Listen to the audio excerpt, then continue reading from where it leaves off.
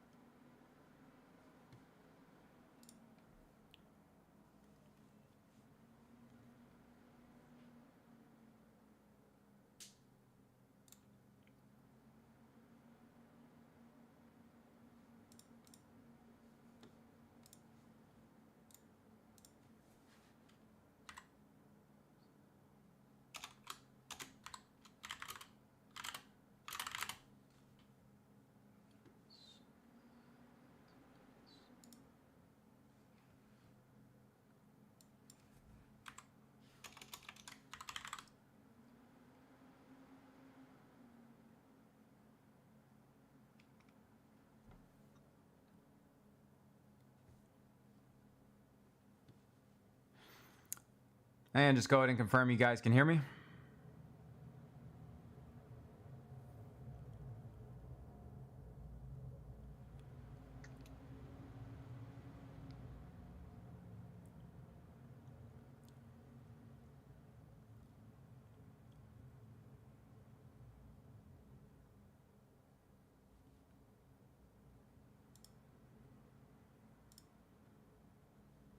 Perfect, perfect. Yeah, guys, we so I started the stream on OBS, but did not start it on YouTube. So I was talking to myself for the past 25 minutes. So we are going to restart everything we talked about, and we will keep this stream going for an hour. So you guys get your full time's worth.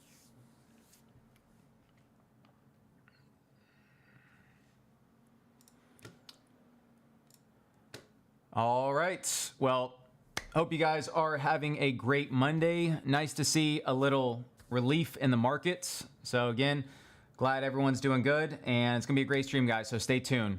So looking at the past 24 hours of liquidations here, we have 318 million worth being liquidated, with nearly 200 million of that long and 118 million of that shorts. So one thing to keep in mind is it is good seeing longs, not as asymmetrical versus shorts, meaning at least we aren't seeing, 500 mil worth of longs versus only 50 mil worth of shorts, because we had a little bleeding the past few days. But with this previous relief, we are starting to see some shorts getting liquidated. So great to see on that front. Now, looking at the liquidation heat map. So this is something I like to watch, and I actually made a post about this, but I will also talk about this in a minute on my X accounts. But talking about how liquidation levels, we took all this liquidity to the downside, where you had basically people continuing to long and their liquidation levels were continuing to decline, whereas now the market makers, after they were done taking liquidity to the downside, now they're starting to look to the upside, because as we declined, we had shorts piling up, and from shorts piling up, you had liquidation levels start to appear again. So now there's a lot of liquidity concentrated around this 85K level and 86K. So at the very least, I could see this liquidity extracted back to the upside. Market makers stop these people out or liquidate them before continuing lower. So I do think we could see some type of relief rally, some type of continuation, but I'm gonna be watching this chart closely. But this is why it pays to watch liquidity levels and liquidation levels, because market makers hunt for liquidity. Okay, so this is one of the biggest factors that determins where we're going, and if price should have some relief. Really, it's about where the market makers want to take us, and as long as there's no black swan events or anything in the news, then usually we do end up recovering and taking out some of these levels. Next, this is a new hack that's come out, and I do want to caution people on, is if you're on an altcoin or a meme coin website and you see this popping up for verifying you're human, do not check this box, because instead of confirming, you're actually agreeing to download a file. So this is a new type of hack. People are actually, starting to realize this and getting their funds drained once they click it. So please, guys, if you're going to any altcoin or meme coin website and you see this pop up, do not click on it because your wallet will get drained. Next is FTX news. So this is some bullish news that came out recently. It says FTX will start repaying major creditors on May 30th using $11.4 billion in cash reserves. Small creditors have already begun receiving payments. And so this is big news because we had small creditors start getting payments already, where it was, I believe, people who were getting refunded $50,000 or less. And now you're starting to see the big creditors getting refunded starting May 30th, which could be some type of stimulus effect similar to COVID. And so, yes, it won't be as big, but the fact that all of this money will start being distributed on May 30th could create some type of front running where now, okay, people are expecting others to inject that money back into the market, especially as we've bled for the past few months. People could be seeing this as a good value now and start investing accordingly. So something great to see. So keep an eye on May 30th. We'll add that to the upcoming dates. Next, it says a new dormant pre-mine wallet with 2,000 ETH, 3.6 million, has come back to life after nearly 10 years of silence. Now, this is something that really shouldn't be much of a surprise to anyone, or really of a concern, I should say, because 3.6 million isn't that much in the grand scheme of things, and you have a couple $1 billion worth of volume every day. And so, yeah, if they sell it, they sell it. But I guess this is more of an awareness perspective. If more wallets start coming online that have been dormant, that are much larger than 3 million, then that could be a cause for concern. So just something to be aware of. The next, you have Japan's FSA plans to reclassify cryptocurrencies as financial products by 2026. To curb insider trading and align them with traditional finance rules. And so this is something that's very important because it shows that Japan, one, is helping with adoption, but two, they want to integrate crypto into the mainstream and attract institutional investors. So for that to happen, there needs to be more regulation, more clarity in the market. Like it or hate it, there needs to be more clarity. So with that said, it's going to be safer for the average investor and just help increase adoption across the board. So good to see that Japan is jumping on board with that. Next, we also have Tether minting another 1 billion worth of USDT on Tron DAO, bringing the total to $8 billion in 2025. And so this is big news because anytime you have USDT being printed, usually it has some type of positive effects over the next few days. So whether it's just perceptual or people are perceiving that that money is going back into the market, whatever it may be, it shows that, again, there is more money constantly being printed, more money getting into the market. And so great to see on that front. Now, this is also some bullish news. We have BlackRock CEO Larry Fink warning that unchecked U.S. debt could threaten the dollar's reserve status, with Bitcoin emerging as a potential alternative. So you can see here, Larry Fink at the 2025 annual chairman letter to investors, basically telling everyone that, hey, the dollar looks like it may be weakening, which if you know anything about charts in the DXY, which is the dollar, anytime it weakens, usually you have a rise in Bitcoin's price. And so now them saying Bitcoin could be emerging as a potential alternative shows that Bitcoin is no longer a speculative asset, right? Now people are starting to come to the realization that it's actually a global currency. It's actually getting adopted and it has an actual use case. So it's safer, again, more secure, transparent, censorship resistant, immutable, all kinds of positives versus a standard fiat currency. So it will be great to see if we have Bitcoin complement the US dollar as a global currency. And I believe that could be happening sooner rather than later. So keep an eye on that. Then also we have Saylor. So Michael Saylor's MicroStrategy is buying another 22,000 worth of Bitcoin at an average price of 86,900. So nearly $2 billion worth of Bitcoin, bringing their total holdings to 35 billion. So this is something great to see because now you're seeing Saylor, again, continuing to buy, showing his continued investment and that he's all in on the asset. So having that confidence in Bitcoin should give confidence to others that he's in it for the long haul. And he's even stated in interviews that he's not going to sell his Bitcoin. He's going to die with his Bitcoin, essentially. So that would be, again, essentially 2 to 2.5% of Bitcoin completely wiped from circulation. So that's just another thing to keep in mind. And then last but not least here, we have U.S. House of Representatives to hold hearing on cryptocurrency market structure legislation on April 9th. And so this shows that the U.S. government is continuing to adopt Bitcoin and cryptocurrencies, continuing to adopt more legislation because, as I mentioned with Japan, 90% of investors are, average investors. They don't have inside information. They don't have anything else. They're just average investors that want more clarity on the market, want more regulation, want less of these hacks, less of this corruption going on. And so it's good that the House of Representatives is going to hold this hearing to help with that legislation. And again, it'll just be something that's going to help adopt cryptocurrency in general and lead to further adoption with other countries as well. So great to see on that front and that things are improving. Now let's talk about macroeconomic news. So gold just hit its all-time high of $3,100. This is big news. And this signifies how much uncertainty there is in the market because gold is a hedge against inflation, but also it's a hedge against uncertainty.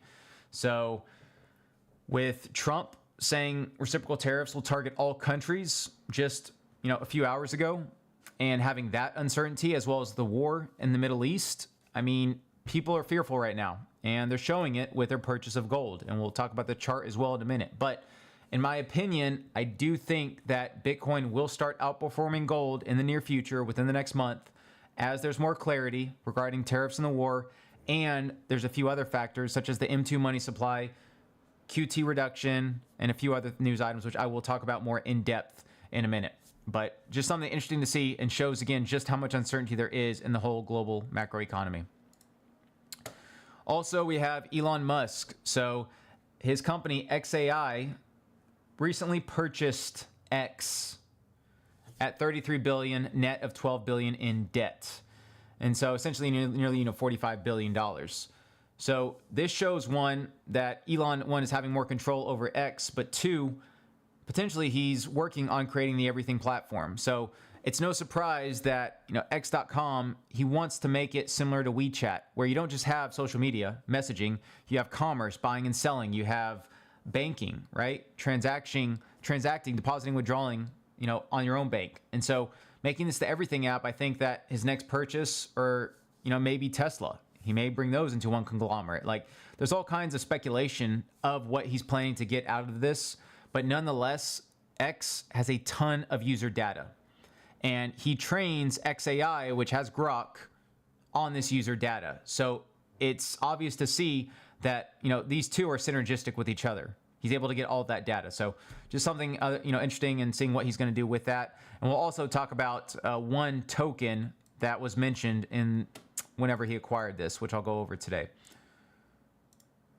Also, I talked about QT, quantitative tightening, is slowing down. So we have QT tightening slowing from 25 billion to 5 billion per month. And that's starting April 1st, so tomorrow. So this is going to be very, very bullish long term, because you can see here, QT slowing is positive for risk assets. This is likely the catalyst to trigger a sharp rally. So basically, you're seeing the ceiling started to be lifted off of the economy with QT slowing down. So giving it some room, giving it some breathing room. And with QT, quantitative tightening, most people are expecting it to fully end in the summer, so June or July. What does that mean for the markets? Well, it opens the door for quantitative easing. It opens the door for more stimulus, which means people are going to start getting more bullish. They're going to start front-running this news. And so once QT finally starts slowing down, well, now you're opening the door again. If Trump wants to introduce QE or stimulus into the economy, people are going to start front-running that, which could come as early, as May, which I'll talk about as well, with that lining up with the M2 money supply lag in another rally. So that's something good to see, and something that I'm very bullish on, and will just, again, give us another bullish catalyst to look forward to. So looking forward to that. Now, some news regarding Russia-Ukraine. So Kremlin officials said Russia sees efforts to end Ukraine war as a drawn-out process. So unfortunately, we were looking good between Russia and Ukraine. Ukraine was agreeing to the minerals deal. Russia was listing their terms, meeting with Trump. And now things have taken a 180. And now, again, we're back to square one, where neither party wants to agree to the terms. They want to get everything. They don't want to compromise. And so, unfortunately, it's just one of those things where you just have to wait it out and hope for the best, right? hope for the best, prepare for the worst, as they say. And so hopefully we see some resolution to this war next month. But yeah, it is just frustrating for a lot of people, and what is really contributing to this uncertainty we're seeing in the market and with overall prices. Now let's go ahead and talk about the TradFi space. So S&P 500 is at around $5,600. It's continuing to rise, which is a good sign. Now, what's not a good sign is how it broke below its major support of 5640 on the weekly. So what we want to see is the weekly close back above this and then retest it as support before continuing higher.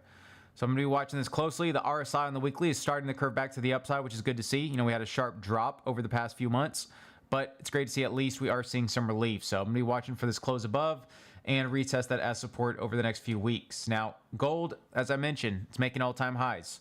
The RSI is also validating that with making higher highs, while price makes higher highs as well, showing this is a real move.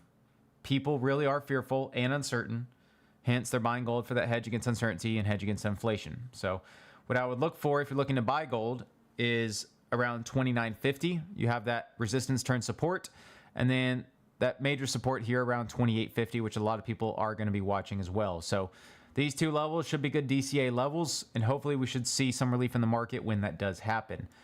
Next, we have oil futures, which have been continuing to stay in this range. I expect will potentially rise to about $77, which again shouldn't affect us too much. If it gets too high, that's when you have the increased transportation cost, a higher chance of an increase in inflation, etc. So as long as it stays in this range, shouldn't be anything too concerning. And then finally, you have the DXY, the dollar index. So like measuring the dollar strength. Something that everyone should be watching is this level here at $104.20. So whenever the DXY goes down, usually it's inversely correlated with the TradFi space in crypto. You usually see a rise in crypto. And so it coming up against this resistance and hopefully rejecting off of it will be a bullish sign and should show some price appreciation in the markets, which you are seeing now. So if we close above the weekly, above this 104.20 level, well, hopefully it'll just be a mirror of what happened in July of last year, where we then reverse and go back to the downside. But if we continue higher, then we may see some short-term downside in stocks and crypto afterwards. So again, watching this weekly close in 6 days will tell us a lot. Next, let's go and look at the crypto market overview. So Bitcoin is up 1.1% to 83.4K. Great to see. Ethereum's up 1.4% to 1843. Again, great to see. And then Solana is up 0.5%. If any of you guys are in the Solana long, go ahead and type, give me some fire emojis in the chat. If any of you guys are still holding your Solana long, I'm still in this, again, between 122 to 125. Hoping we see that 130 take profit and then eventually continue higher after that. But Solana has been very, very strong, and hopefully we should see some continued relief in the market. So again, doing pretty good on that. Also looking at some top gainers. So Ton up 7.5%. This is great to see. And ever since Pavel got out of France and he moved to Dubai, I mean, we're seeing now, you know, the markets having some relief, the Ton chain having some relief. And this is something that's great to see, because now the Ton Foundation is actually working together. They're getting new management, and, you know, they're actually helping out. And so this is something I like to see, and we should see some more relief in Ton. We even talked about this a few weeks ago in my market update. I said, hey guys, we should see some relief in Ton and in Tron. And that's exactly what's happened. Tron has been outperforming, Ton has been outperforming. So that just shows, hopefully we should see some outperformance, and we should start to see some meme coins outperform on that chain as well. Good to see a lot of people are in the Solana long. Hope you guys are making some good money, and hopefully we make a lot more in the near future. Now also, some coins that are rising is Vine. So remember I mentioned that Elon Musk acquired X with his XAI company? Well, X has ownership of Vine, and there was a comment that was posted and says, are you going to do anything with Vine? And Elon Musk basically said, go ahead and do it. So giving reins to either the devs to really start growing Vine, in which the token has been rising 45% today. And fun fact is the founder of Vine actually supports this token. And so that's why we've seen this rise. You also have Dog and Me, which is a great meme on the base chain that was listed on Coinbase, I believe just over a month ago. And it has been doing insanely well. So it shows that, again, there are some meme coins that are coming back. There is some life coming back to the market, which is great to see. So hopefully we see this trend continue. Now let's go ahead and look at the on-chain data. So is money flowing on-chain or off-chain? I.e., are people bullish or bearish? Well, right now, money is still flowing off-chain. Ethereum is down 2% over the day. Solana is down 3.6%. You have Barachain, having a little bit of separation here, up 2%. And then Sui is up 1.2%, and Sonic is up 0.9%. So again, majority of on-chain activity is via outflows. So people are still hesitant. People are still uncertain. That's why we're seeing these outflows. And so what I want to see is inflows return. I want to see money flow back on-chain. That's when you have more people coming onto the market, more excitement, more pumps, more rallies, and really more hype in the market. So keep an eye on this. Whenever we start seeing more on-chain money flow, that's when you can expect the market to start rallying more. Now let's go and look at the Fear and Greed Index. So CoinMarketCap's Fear and Greed Index is a little different from CoinGlass. CoinGlass is what I report whenever I do my market updates for the GH Premium group. But CoinMarketCap is also an important metric because they measure different things, and it's good to have both sides. And so with the CoinGlass Fear and Greed Index, I believe that's at 34 right now, whereas CoinMarketCap is at 24. So if you look at the past, whenever we got into extreme fear, which was below 20 back in March 10th, that's exactly when Bitcoin marked its bottom at 78,000. So could we be repeating history? Again, history doesn't repeat, but it often rhymes.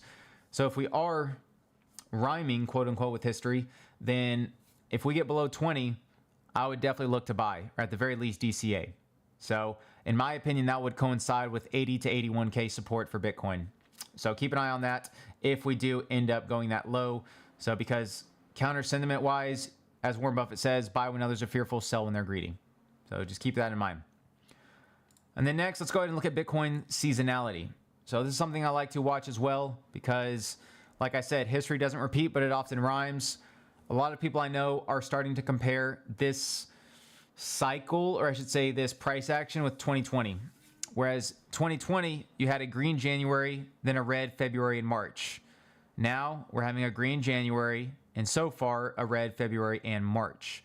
And so if we emulate this, we have a green April and a green May, which does coincide with the M2 money supply lag, also Q1 reduction or QT reduction, and a few other metrics, which again I'll talk about in a minute. But this could lead us up for a nice rally in April and May. I do know a lot of people now are looking for this to happen.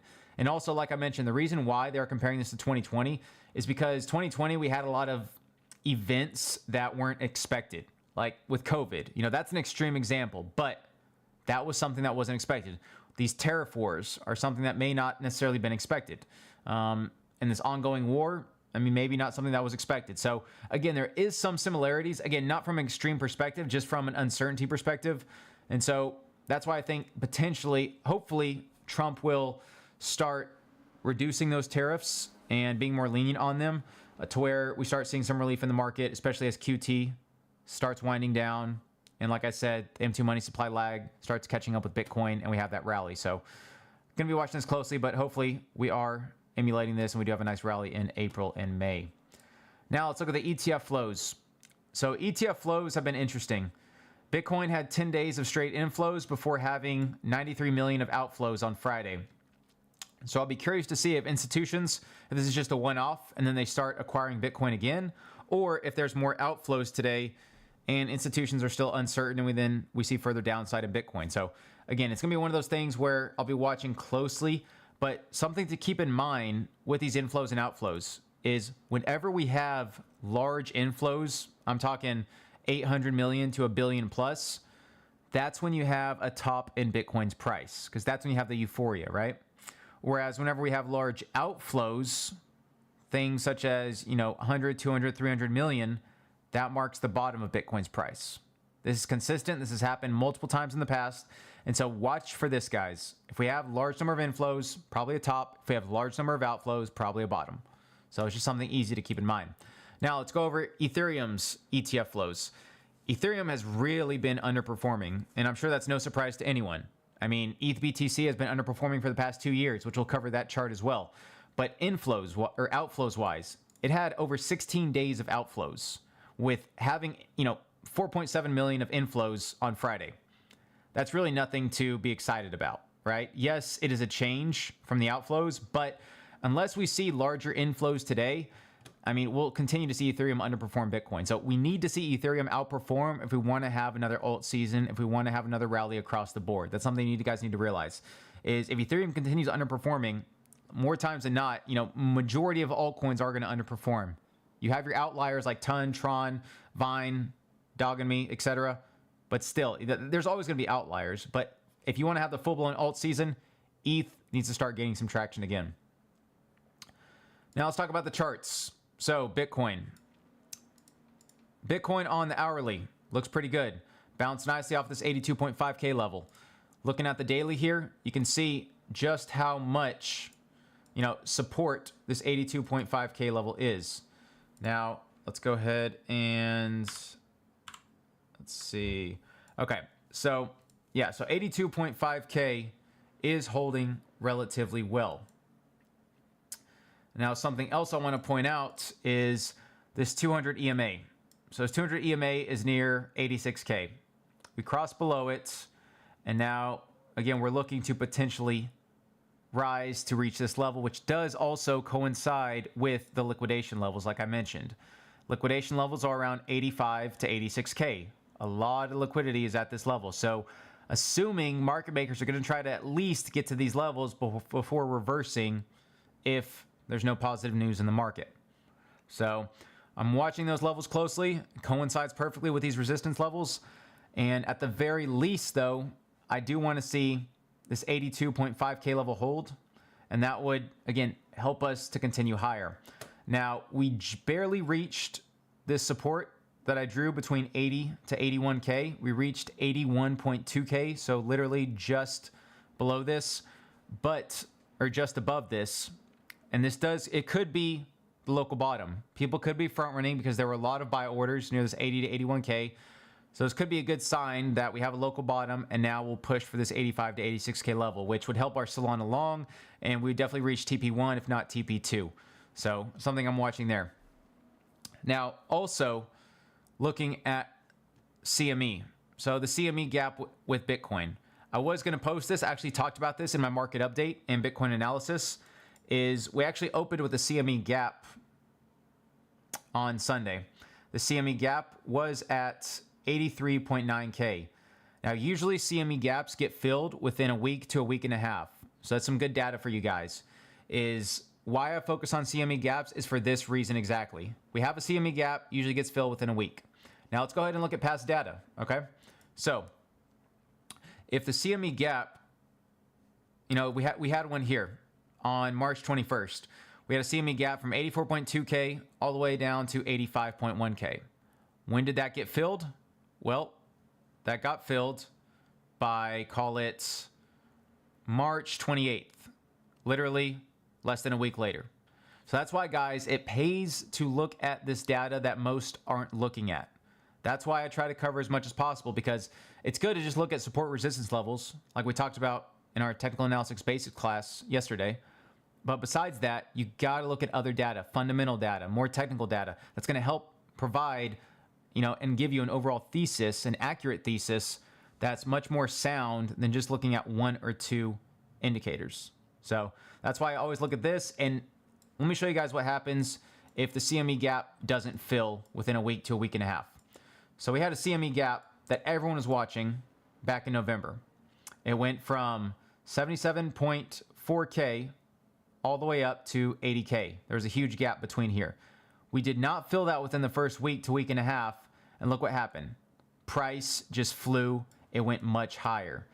Now, again, these gaps are eventually filled, but if it's not within the first week and a half, you can expect price to just keep going in the direction of, away from the gap.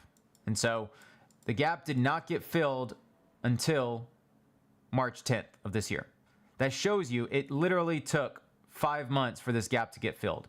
So that shows you guys that whenever there is a gap, you need to pay attention, because we may not fill it immediately. And if we don't, expect more upside across from, away from the gap, but eventually it will cross back to the downside. So keep that in mind. Now, Let's go ahead and look at a few other indicators. So Solana. I had a lot of people in that Solana long, those fire emojis. A lot of good people in long right now. So you should be up between probably around 10% right now, maybe 10 to 15% on 10x leverage. But again, I just want to talk about this to give people an idea of why I called this long.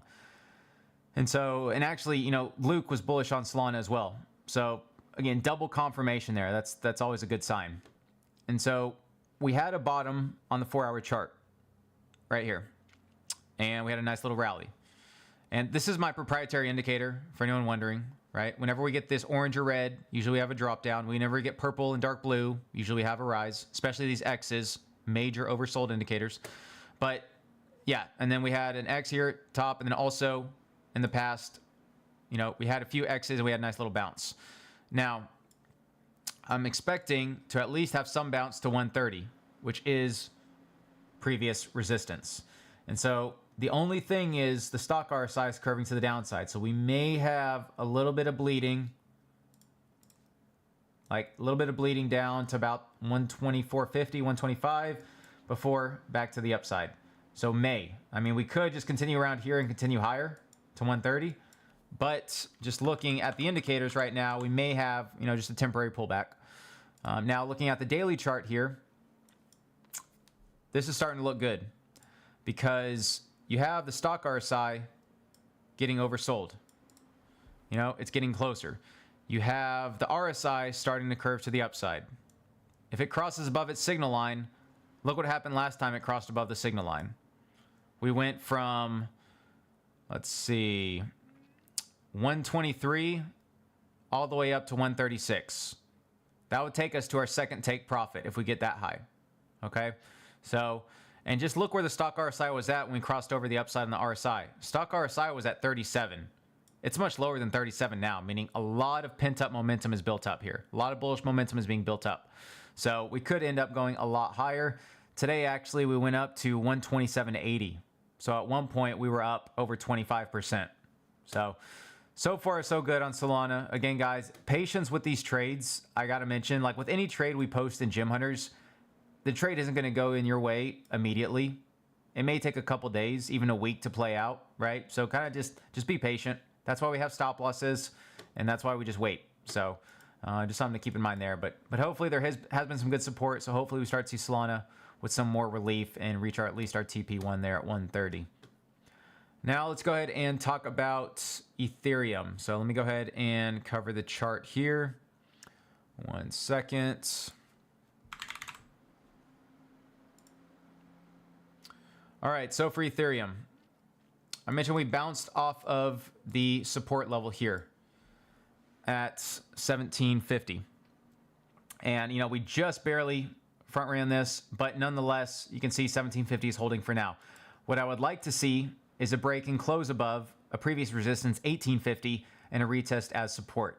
And also stay tuned, guys. I'm going to go over a tweet that I made that has an outline of the M2 money supply that I was talking about earlier of a rally starting by May. So we need Ethereum to break and close above 1850, retest it as support, and then continue higher. This will cause me to turn bullish on Ethereum. Right now, still net bearish here.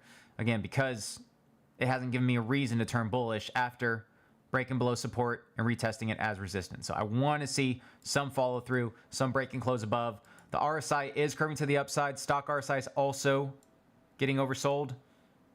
Bullish indications here. Again, I want to see us start to curve to the upside. Next week's going to be extremely volatile. QT reduction is bullish. Tariffs are bearish.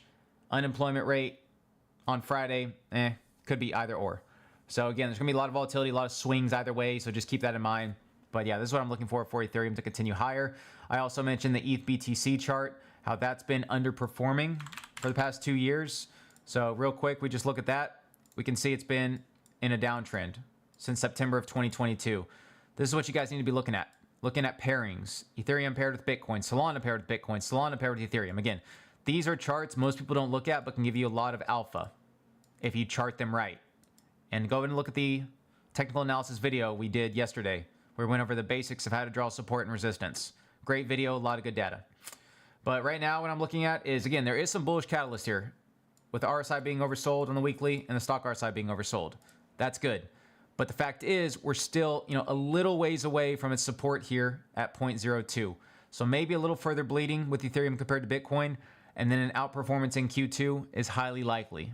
And so that's what I'm watching for. Maybe a little more bleeding on Ethereum before eventually pushing us to the upside. So watching that closely.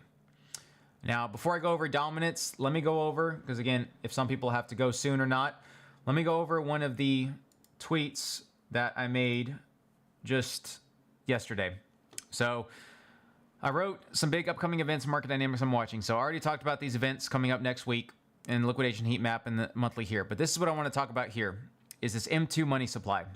Now, historically, and shout out to Colin T Crypto. So Colin Talks Crypto. Follow this guy on X if you haven't.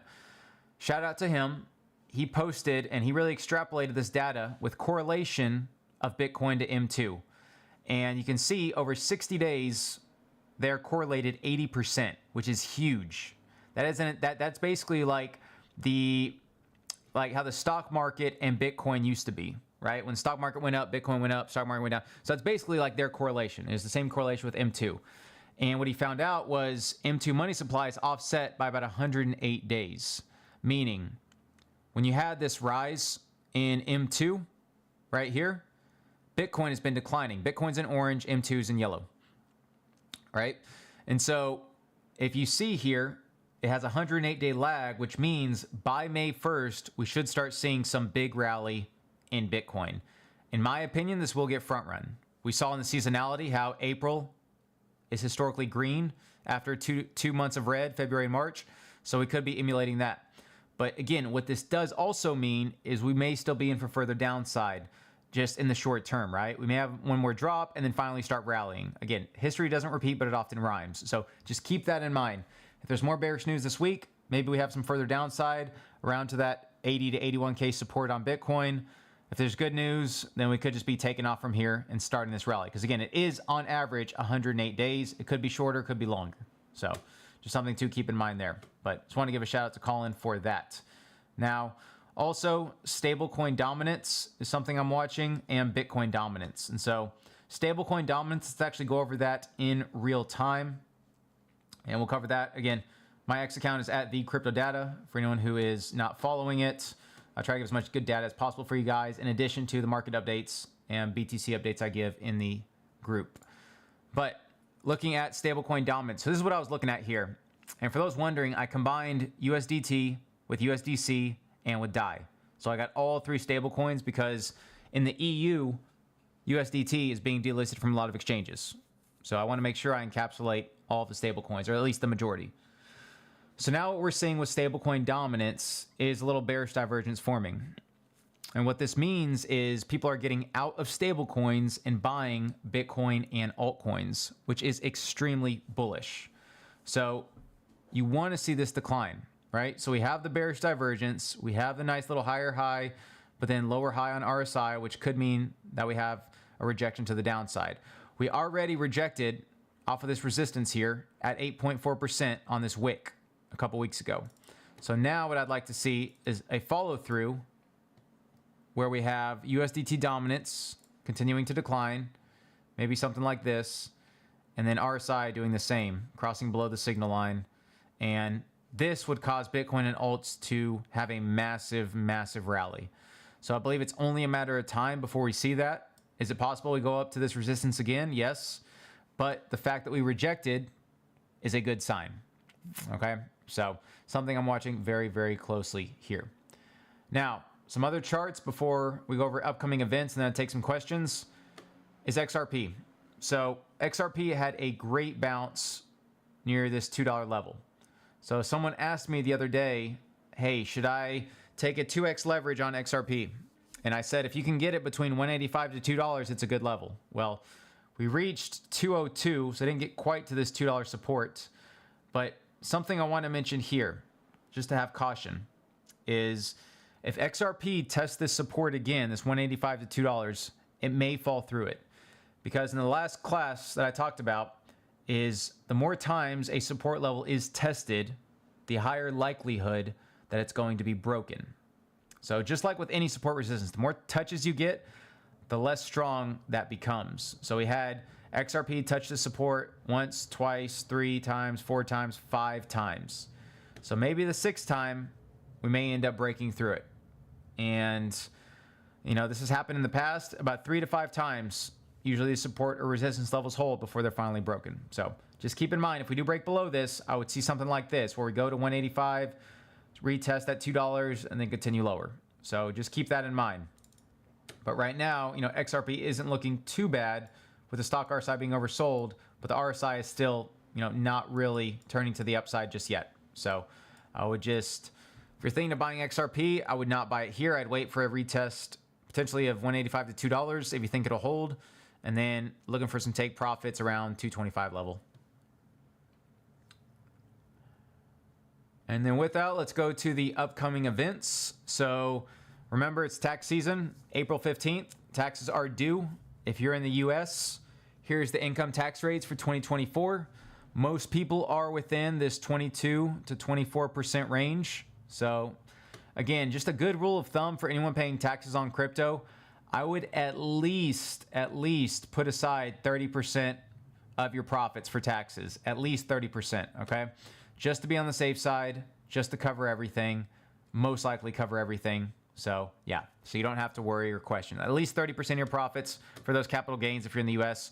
If you're anywhere else, if you're in Dubai or Puerto Rico, I'm jealous of you, paying no capital gains tax. Hopefully the US adopts that pretty soon with Trump, but we'll have to see. But yeah, tax season's coming up. Also, Token 2049 in Dubai. Hopefully you see some of you guys there. If you're going to be in Dubai, go ahead and give me a fire emoji for anyone that's going to be in Dubai, because I should be here. So this is going to happen 30th of April to May 1st. I believe Pavel, the founder of Telegram, is going to be there as well speaking. And so this is going to be a great event. Again, hopefully you see some of you guys there. There's actually a lot of side events as well going on. Side events are arguably better than the main event because you have a lot of big speakers and you have a lot of good networking going on at side events. So this will be a great time, guys, and hopefully we should see the market pumping during this time. So should be a good time, and I'm looking forward to it. And again, like I said, this may be one of the few times where there is a rally around a conference. So definitely something good to see there. And then next, let's talk about the Fed, the FOMC meeting. Next meeting is going to be May 7th. This is going to be a big date. You guys need to keep watching because, again, with May 7th, that's still a month away. But remember, with M2 lag, we should start seeing a rally by then. So if we have QT ending fairly soon afterwards, and the Fed may be cutting interest rates, more stimulus being introduced, the M2 money supply lag playing out, like that's a lot of bullish catalysts that'll happen around May. And so hopefully this ends up being bullish for us. So keep an eye on that. And with that, that concludes everything I had to talk about. If you guys have any questions, go ahead and leave them in the comments and I will answer them accordingly. So let's go ahead and pop out the chat here and see what we got. Okay, so Victor says, what's your X account name? So it's at the crypto data. So here you go. This is my X account here at the crypto data for anyone curious. Okay, Julian says, I want to invest $350 on hype. Already bought $50 at 12.5. How should I enter now? Yeah, Julian, so what I would do, I mean, if you already bought a little at 12.50, I would wait. I'd place some limit orders between $12, probably around 12 to 12.50. And if it dips below there again, then good. If not, I would not chase it. That's what I always caution people against, especially if it's in the middle of a range. You don't want to chase it. You bought it at a good support, Julian, and now you're kind of just enjoying the profits for now. So I would start DCAing out as it gets closer to those resistance levels, because again, remember, we're not confirmed in a bull trend yet. We're still in the downtrend. Nothing is confirmed. There's still uncertainty in the market. So you still want to take profits along the way. So it was what I urge everyone to do. So yeah, that would be my plan towards it. So potentially, $50 layered between 12 to 12.50. And then you could have maybe $100 layered around $10 if you think it'll go that low. Let's see. Luke Demand says, is this Luke himself? No, this is not Luke. This is crypto data. This I'm a different person from Luke. My name is actually John Luke, funny enough. Similar. So, but no, I'm not Luke. Let's see. John says, is this AI Luke Belmar? That is actually one of the funniest things I have heard today. I love that. AI Luke Belmar. I should actually play off of that. Anil says, no, that's not Luke. Let's see. Yep. Ricky, you're on it. Yep. Crypto data.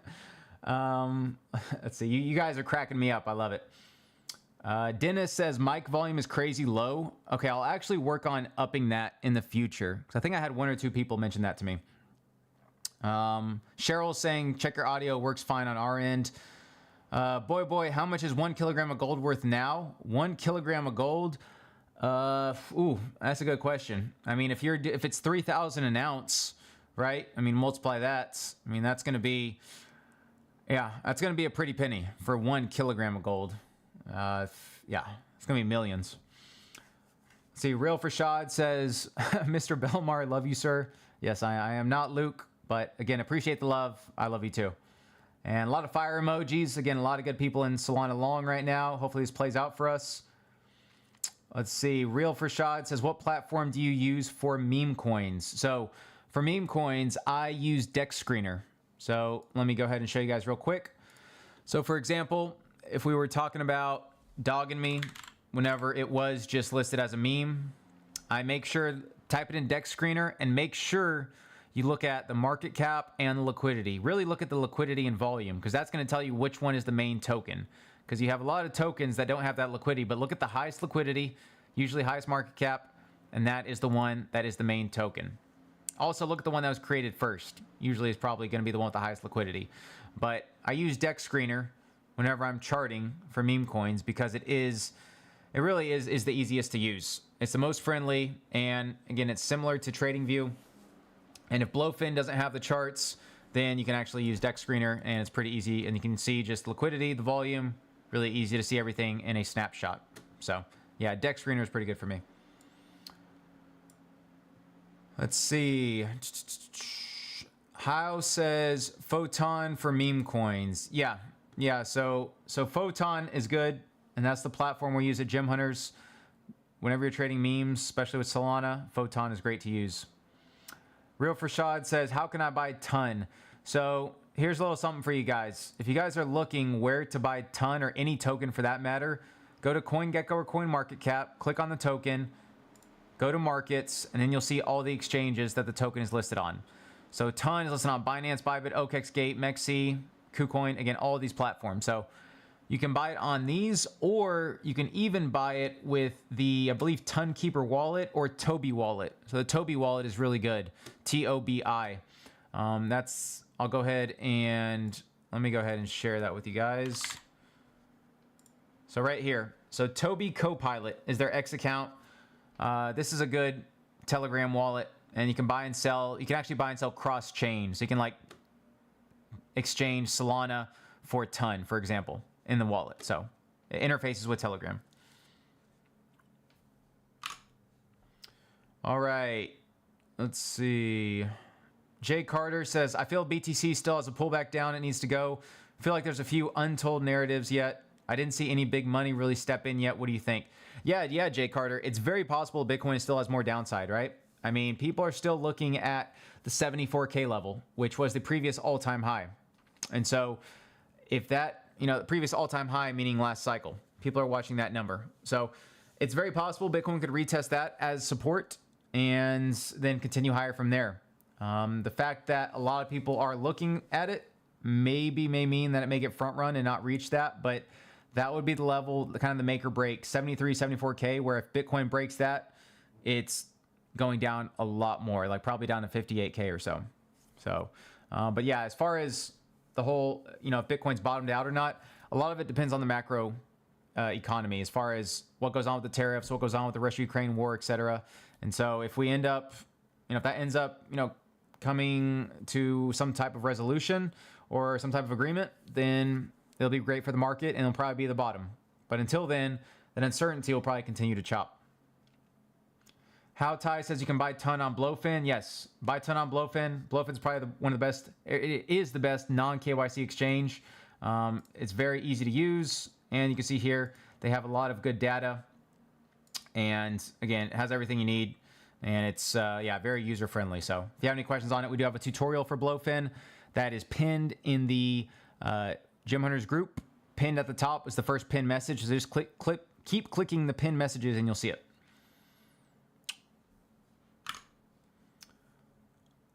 All right. Nice little Norton thing. Okay. Real Frashad says, what's the gas for ton? So I believe the gas for ton is ton. So just like if you're buying Ethereum on the Ethereum network, you're using Ethereum. So yeah, just use ton. Let's see.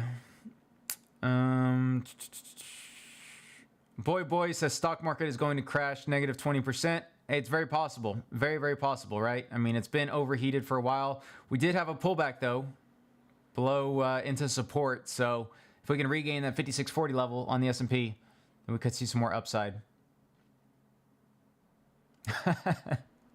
I like Real Frashad's confusion with me not being Luke Belmar. I've been watching Luke for a while. Again, just various YouTube podcasts and stuff, and so I've caught a lot of his mannerisms and data sets, you could say. Gus says, if we DCA and BTC, how much should we start with? You know, really, if you're talking about spot buying with Bitcoin, I mean, at that point, you're expecting only a 2x.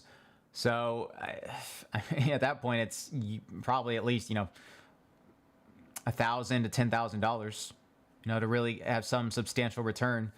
Now, you could also go into leverage, a low 2-3x leverage on Bitcoin, and that's still a possibility. So at that point, you need maybe $500 to $1,000. So it all depends, really. I mean, everyone's everyone has a different perception of what's a lot of money. To some people, it's 10,000. Some people, it's 1 million. Some people, it's 100,000. Like, it's all different, right? So yeah, just what you're comfortable with investing. Like they say, invest only what you can afford to lose. That would be my amount for you. But if you're investing in Bitcoin, I would look at leverage instead of just buying outright. Let's see. Gus says, what about Solana? Yeah, same thing. Solana, probably still expecting a 2x, maybe 3x. Let's see. Someone asked, let's see. Is there a way to turn $200 into $900 today? I mean, if you get lucky on a leverage trade or in a meme coin, but just be very, very careful. Those kind of quick returns don't happen often. And more times than not, you're going to get liquidated or lose all your money. Real Frashad says, how does the gap happen? He's referring to the CME gap. It just happens, again, whenever price opens up higher or lower than what it closed at. Usually it's maybe there wasn't enough orders to fill whenever those buy or sell orders came through. And so there was a gap in the price because there wasn't enough liquidity to fill it. So it was filled at higher or lower prices. I believe that's how it's formed.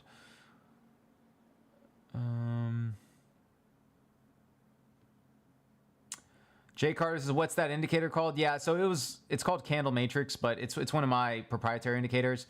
In the future, I'll sell it, but it's just I'm working on the website and getting all those indicators situated.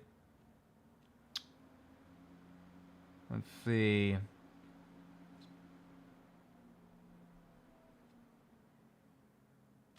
Jay Carter says, I feel the market will come down one more RI level all around before we head back up. What do you think? Yeah, Jay Carter, I think that's very possible. Very, very possible that we come back down one more time. Like one last flush, one last, trickery in the beginning of April before full sending.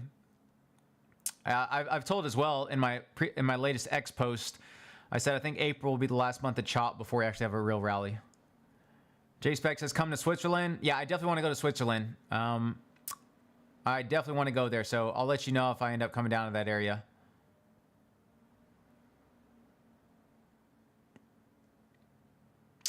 HD says they're in Dubai but won't attend Token 2049, unfortunately.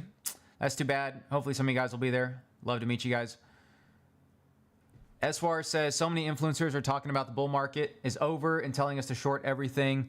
What's your take on it? Well, my take on the bull market... Sorry, guys. I was looking at the YouTube video. My take on the bull market ending right now, I think that most people are wrong. If there's a consensus trade to be made, usually it's the wrong one. Meaning if most people are scared, that's when you should be buying. If most people are bullish, that's when you should be selling. So shorting only works until it doesn't, right? Late shorters eventually get punished. We saw some getting liquidated today. There's a little spike up, but it's nothing crazy yet. Once we start getting to these 85 to 86K levels, you'll really start seeing, a big rally, right? Because then shorts will be liquidated, they'll be covering, and we may even pump higher from there. But yeah, I mean, once we get to these higher levels, then you'll really start to see shorts feel the pain. And that's what I believe needs to happen for at least us to get a reset in sentiment.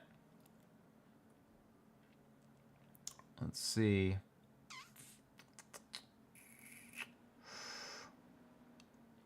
See, the top says, how are you, Crypto Data? Thank you for your time. Did you talk about Ton? What do you think about it? Hey, appreciate it, Top. Hope you're doing good as well. Yeah, I talked about Ton. Long story short, I'm bullish on it. The eco is good. Pavel being out of France is a good bullish catalyst. And the team, I've heard, is actually working together. And I think there's new people being hired. So tentatively bullish on Ton. JSpec, no problem. Albert, what's your price target for Ton this cycle? Good question. I would say $20 would be my price target. So about a, what is that, a 4x from, or a 5x from here? See, Khalifa says, can you go over the OM charts? Yeah, I can go over that real quick.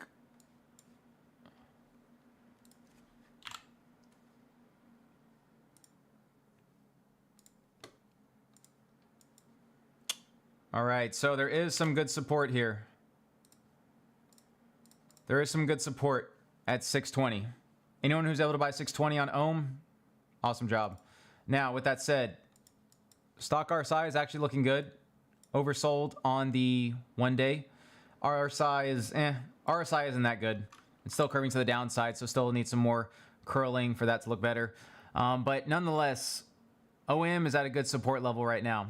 If it fell through here, next I would be looking at would be 575. So, yeah. Yeah, 575 with resistance now being between $6.85 to $7. So, previous support turned resistance here. So, yeah, I would look for a little resistance there. So, if you're in Ohm right now, look to take some profits between this level. And if it drops here, I'll look for longs near 575.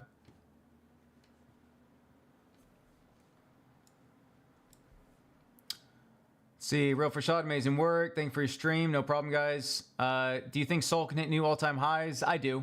I do think it can hit all-time highs. It's not out of the realm of possibility. But it's going to take a lot, though. It's going to take a lot.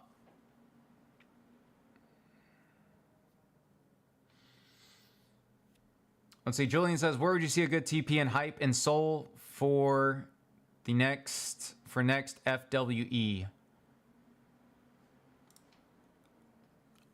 So let's go ahead and go over that real quick. So for hype, next take profit for hype would be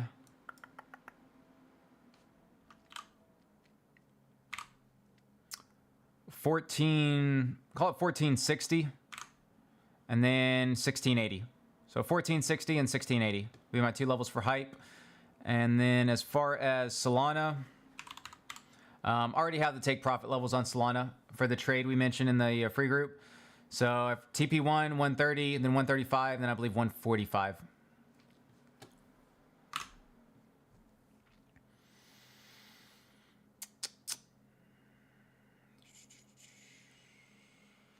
All right. HD said, opinion on Jupe. I'm bag holding at $1.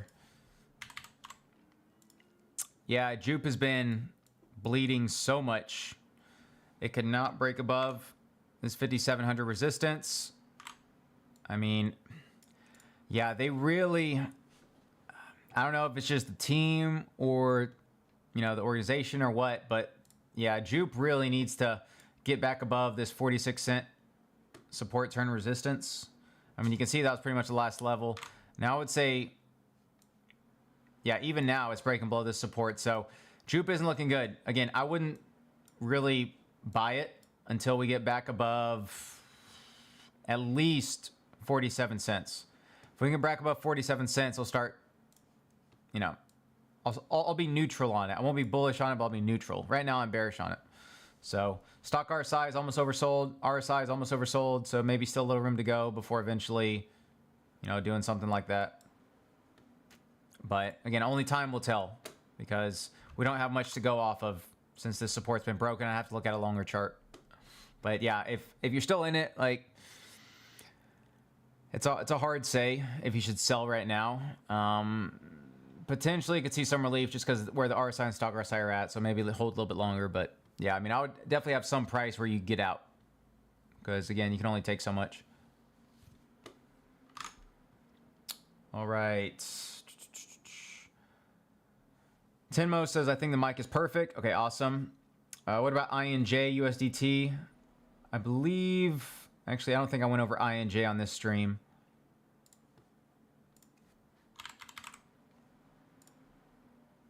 Yeah, so INJ has support at around 880. Like, we're right at support on INJ. The RSI is looking to curve to the upside. Stock RSI is oversold. So INJ tentatively looks good for a bounce here. If you're looking at where to take profits, I would look at 950. And then probably 1070. 950, 1070, take profits for INJ. Would be my levels.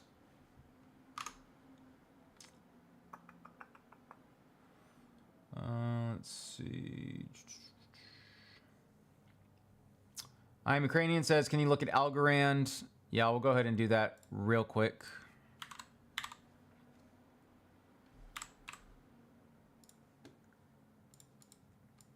Actually, let's go and do it on BloFin. Like, as you guys can see, BloFin has basically any coin that you could want. So make sure you guys are trading on here if you are not. As far as the support level, I mean, it's looking like it's breaking below support, honestly. Like, it does not look good. Yeah. For me to turn bullish on Algorand, I like to see it get back above. Really, this, I mean, 18-cent level at the very least, but I like to see a little bounce and retest of support. Like that. And that's where I'd be buying. But right now, it's not looking good. I mean, RSI isn't really curving up yet. Stock RSI is still curving to the downside. So, yeah, unless we have a reversal here and retest of support, reclaim of resistance, turn support, then, yeah, tentatively bearish.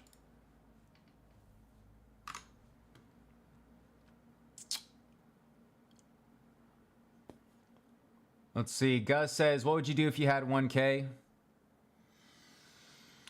If I had 1K, I'd probably allocate $200 to meme coins, only high conviction ones. And then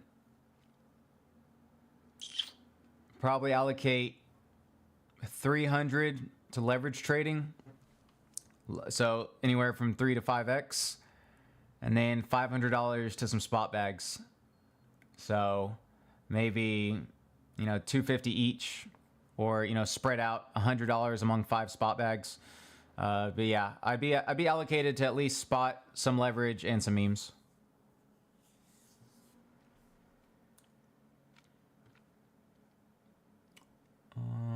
Let's see. George says, I don't love you if you're not Luke. I'm sorry to hear, George. I still love you.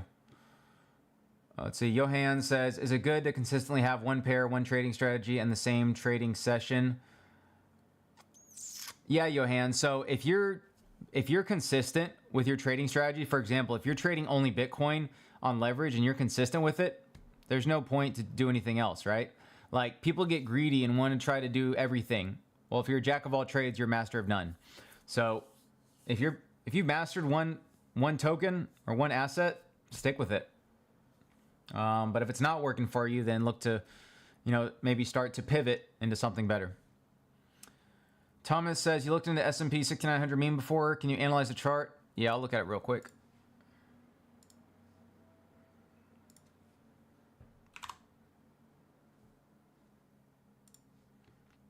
Again, they even have SPX meme coins on here for leverage.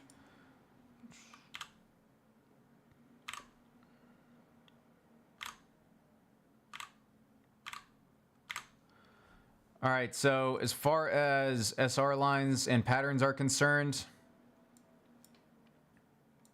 SPX 6900 doesn't look horrible. Tentatively, we're holding the support. RSI is curving up. Stock RSI looks like it may be start to curve up. And we could have an inverse head and shoulders here. But, I mean, I wouldn't feel comfortable calling that. Like, I was looking at something like this. But the left shoulder isn't as defined as I would like it. But still, it is showing more of a, uptrend. You could say higher lows. So, tentatively doesn't look as bad. If you're holding it, look to take profits near, let's see, I would say near this 51 cent level, and then around 63 cents. So 51 and 63 if you're buying here. And then next support, if this falls and breaks through, would be 29.30 cents. So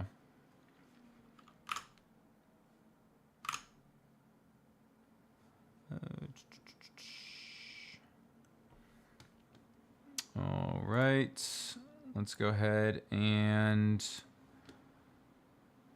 look at the chat again.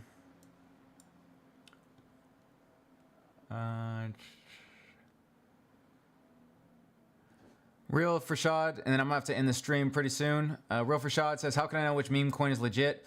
Hard to say, right? Because there's so many insiders and cabals in these various meme coins. And so really you don't know it's legit until it gets backed by some major founder, some major, reputable person. At that point, it's probably a lot higher. So you get a little risk reward with that. You're sacrificing some of the upside with confirmation of validity. So yeah, that's it's just a game you have to play. It's really, you can't confirm something is good, at least until I would say, its market cap is at least above 10 million.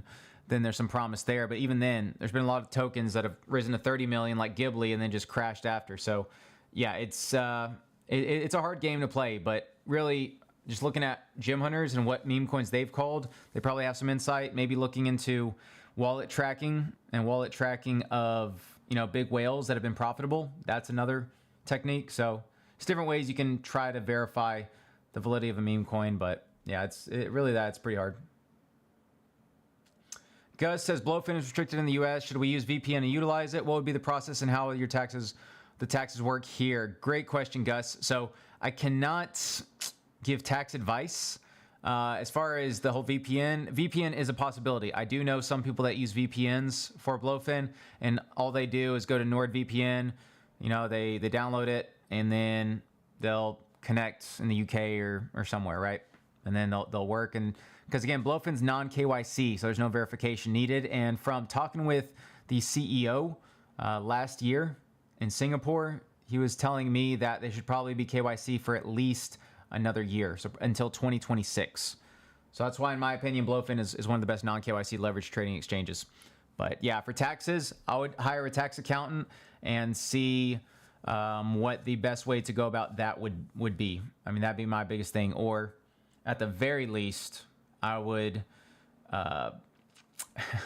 search Google, maybe search some forums. But again, I would not take that advice. I would just hire a tax accountant.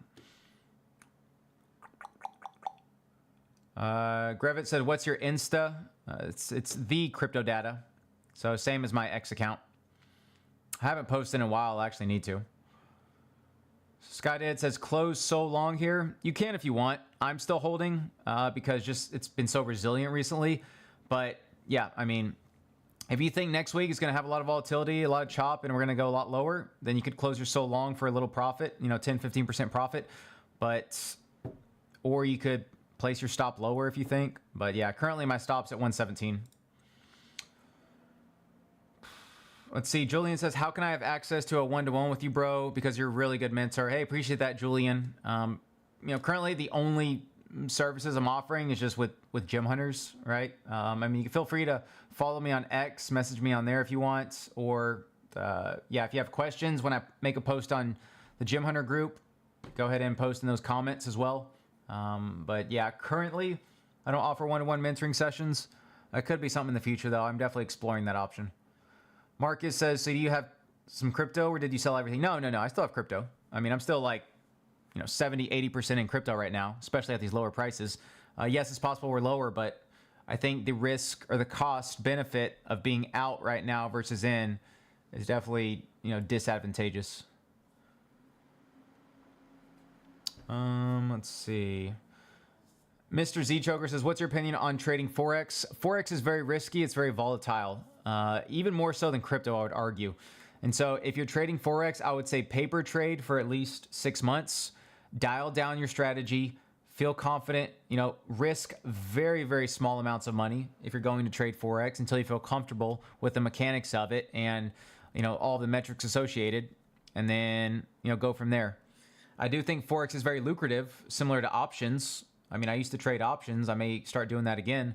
But yeah, I mean, just my biggest thing is just paper trade and just really, really dial in a good strategy, back test it. If you're 50, 60, if you're 70% profitable, definitely use that. If you're 50, 60% profitable, not as bad. If your losses are small and your wins are big, again, it's just formulating your own strategy that's very successful over the long time frame, meaning you studied the past 100 trades, and out of those 100 trades, 65 of them are successful. Okay, well, that's good. That's a net positive, right? You can move forward with that. Just calculate your risk reward accordingly afterwards. Nagata says Sol long target. Yeah, for Solana, I posted it's if you scroll up in the free chat, I posted the so long. I think it was a few days ago. It's 130, 135, I believe, or 134, and then I believe 145. Let me actually tell you guys, because I don't want to tell you wrong. So it is 130, 134, and 144. Yeah. So it's, if you want to see, this was when I posted it here. So, yeah.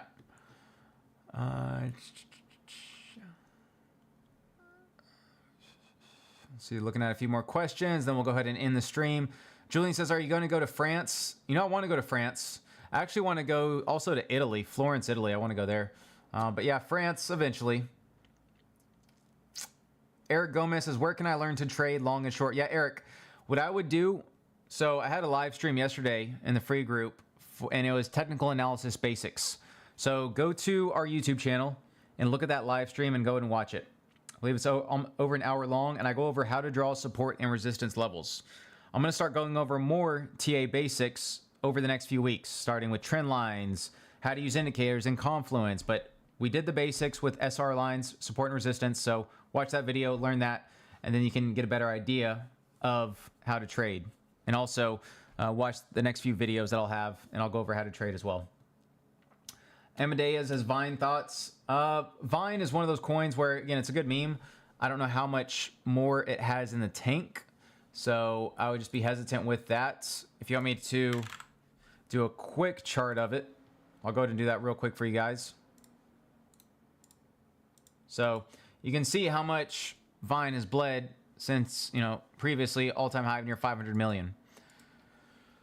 So could this turn around? Very possible. But right now it rejected off of the 5 cent level. So yeah.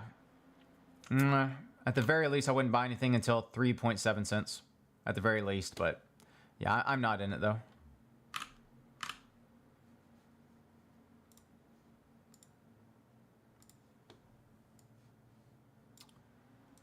All right, I'm just going to do a few quick fire questions. Please recap how to avoid liquidation with leverage trading. Yeah, just trade low X leverage and have your stop loss below major support levels. Yep.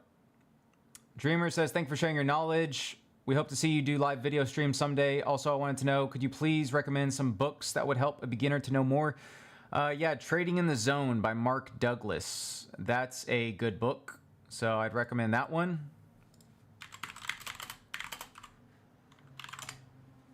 This one here, Trading in the Zone, Mark Douglas, great book.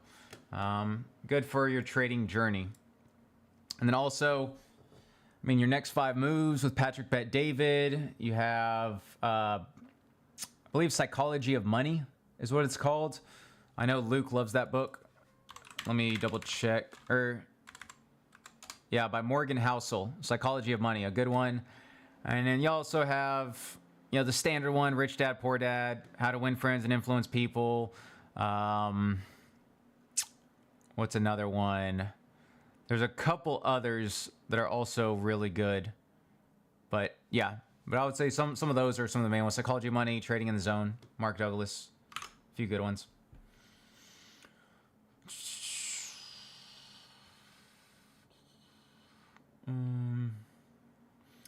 And then, let's see, what are your thoughts on just picking 10 plays and swinging for a hold month or two and taking no TPs in between? Too risky, low margin, 2x. Yeah, I mean, that's not a bad strategy, just literally swing trading over a long time frame. I mean, if, you know, less is more a lot of times in trading. So if you can buy at major support levels and just ride out, if you think the bull market's not going to until Q4, it's a good strategy. But you're not going to make as much profit if you're trading, you know, week to week or month to month. Azara says, should we add more to Solana position now? No, I would not. I put the range between 122 to 125. So I'd stick with those ranges. Julian says, what are your thoughts about spot positions right now? I'm 17 and have 3 grand made by SMMA. How should I invest them in spot? Yeah, so for spot, I would diversify. So about across 5 positions, you know, 5 to 6 positions. So $500 in each spot position. Or you could invest based off of your risk tolerance. So for example, Bitcoin is arguably the least riskiest asset. So you could put $800 into Bitcoin or $1,000 into Bitcoin. And then if you like Solana, maybe, you know, 500 in that or 500 in Ethereum. And then as you get to the lower market cap coins, like the mid caps, then you could put, you know, 300 or something in there. I mean, so there's various ways you could do it. But if I were you, I would just invest in the top 100 coins. You're not going to make the most money. You may make a 2, 3, maybe 4x. So still good money for you. But, you know, if you're investing in low caps, you'll make a lot more, but it's a lot riskier. Or like meme coins are so much riskier. So I would not touch those. Stay away from memes and just focus on just growing that spot bag via high conviction plays. And you choosing what's high conviction, 1, watching these live streams, but also 2, charting them via support resistance levels and on the daily and weekly, and then buying those spot bags when it gets close. So placing limit orders, you know, on BloFin, you can place limit orders very easily. Watch our tutorial video pinned in the top of the Telegram to see that. But yeah, that's the best risk reward wise for you to earn the most money. Let's see. Just for Fun says, what's the opinion of copy trading with you guys? So copy trading, we haven't set that up yet. Thanks for reminding me. That is actually some feature that we may enable in the future.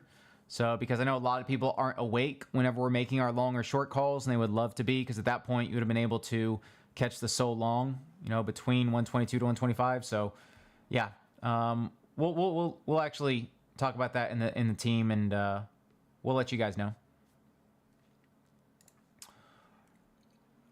Tathagata says, what would you do with 25 USDT? If I had 25 USDT, I would leverage trade with it. Simple. I would trade probably 5 to 10x leverage, honestly. I mean, that's a lot riskier, but with that little amount of money, I mean, you really need to up the risk, right? Lower the amount of money you have, the higher the risk you need to be.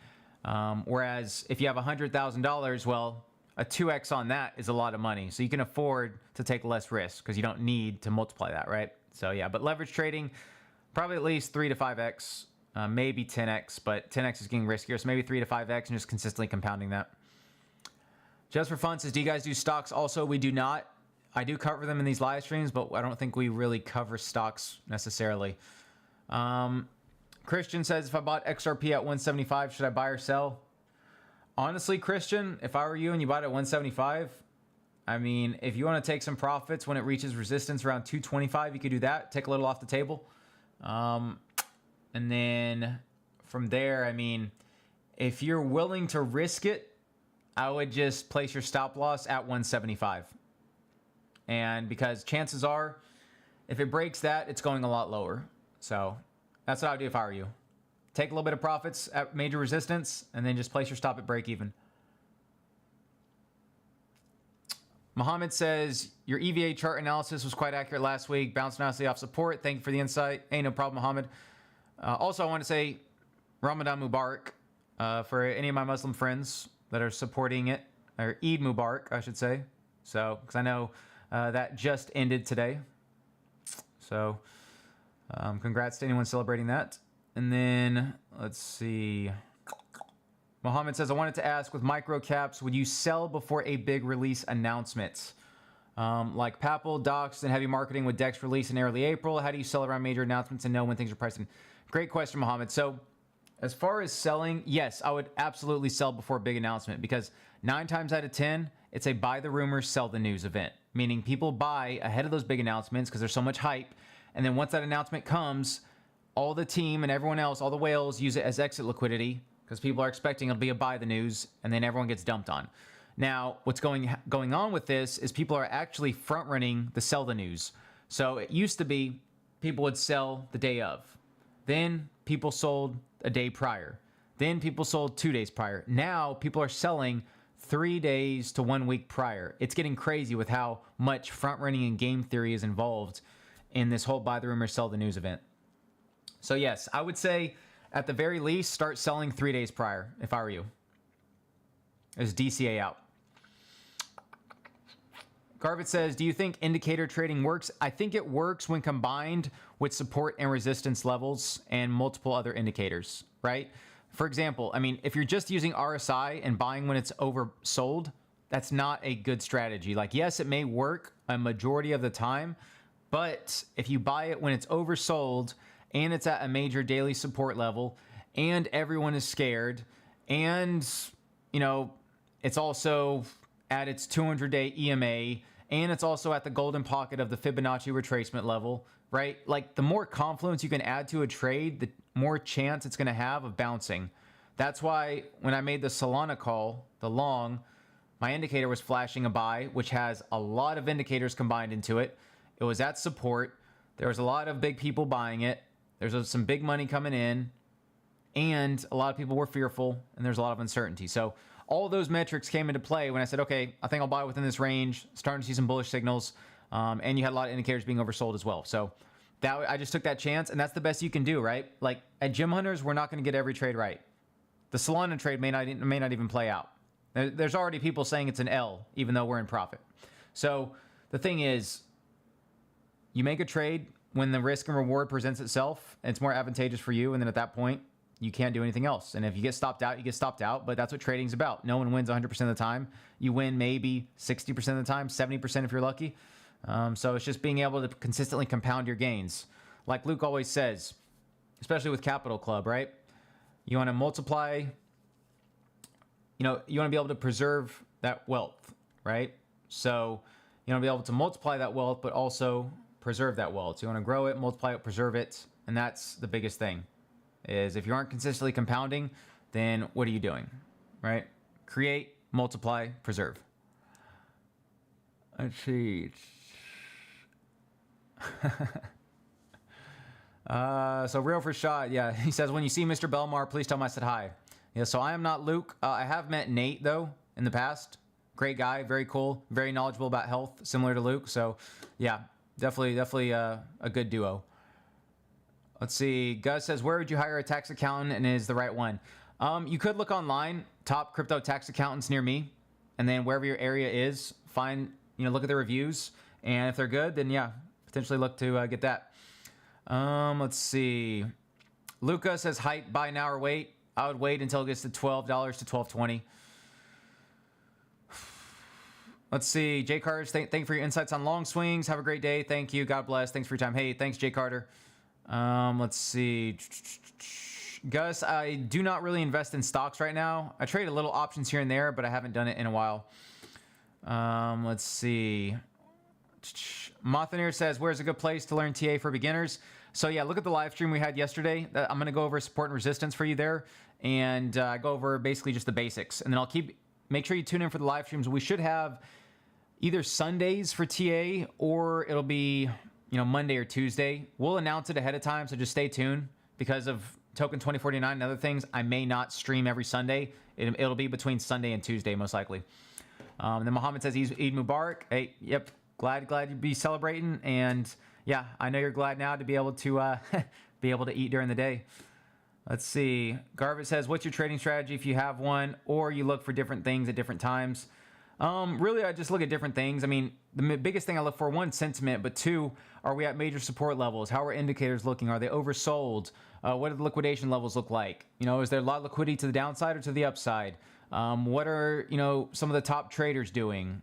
What are my groups, you know, a lot of my alpha groups, what are they saying? So it's just like a comprehensive analysis, and then I form a proper thesis after that. Clarence says, would you recommend trading on the 1 minute time frame? No. The lowest time frame I'd recommend trading on would be the hourly, and even that's a little risky, but that's where you start having significant support resistance levels, and then they really up that once you get to the 4 hour, daily, and weekly. Garvis says, your voice is very similar to Luke. I've heard that before. Even the people in GH Premium say that I sound like Luke, so that's pretty funny. But yes, I take that as a compliment. Let's see, Garvis says, what's your opinion on prop trading for crypto? I know a few guys who are prop trading. I know they work for this investment company, and they actually trade on behalf of them.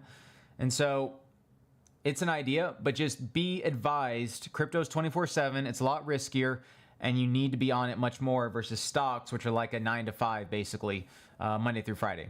Stocks are starting to have extended hours for normal traders, but for the most part, I mean, stocks are a little bit less risky than crypto. So just keep that in mind. Because it's 24/7, you need to be on, and you need to have your proper stops in place if you're going to trade for someone. Gus says, do you buy NFTs? Are you involved in the atmosphere? I used to buy NFTs, not so much now. I know Pudgy Penguins, they're probably the most bullish NFT right now. And they recently overtook Bored Ape Yacht Club when we had that big NFT run. But yeah, I would say Pudgy is the only really bullish NFT project right now, because they actually have IP and they are building, and Luca is a great guy. So Garvis says, lowest trading hourly. I thought you say 5. So you can trade on the 5 minute or 15 minute, but in reality, it just depends what your goals are. If you're literally just scalping throughout the day, then yes, 5-15 minute. But as far as, you know, trying to buy or sell at significant levels for a couple day swings, hourly is the lowest I would go. So I know there were a few charting questions as well, but again, okay, I'll cover them real quick, and then I'll have to head out. So Mathara said C-Pool, and then there's also one on TUT. So let's do that real quick, and then we will end the stream.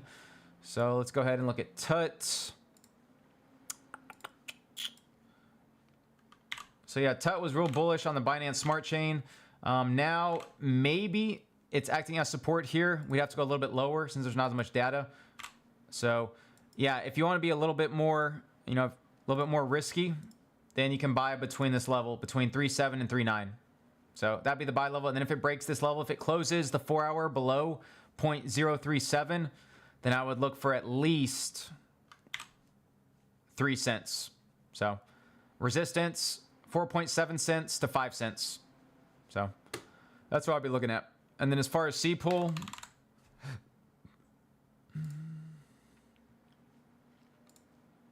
yeah, unfortunately, C-Pool isn't looking the best. It's an RWA coin, real world asset. So, you know, I think RWA will have its time again. I think it's still early from an adoption perspective. But just looking at the chart, I mean, some support near 10 cents, 8 to 10 cents, you're going to have support. So if you're really trying to get the best risk to reward, I would look to buy near 8 cents. Above that, a little bit riskier. And then even below 8, you know, 4 cents. But at this point, it's just, I mean, it used to be a good coin. Now volume's really low, 225K. Liquidity's 107K, extremely low.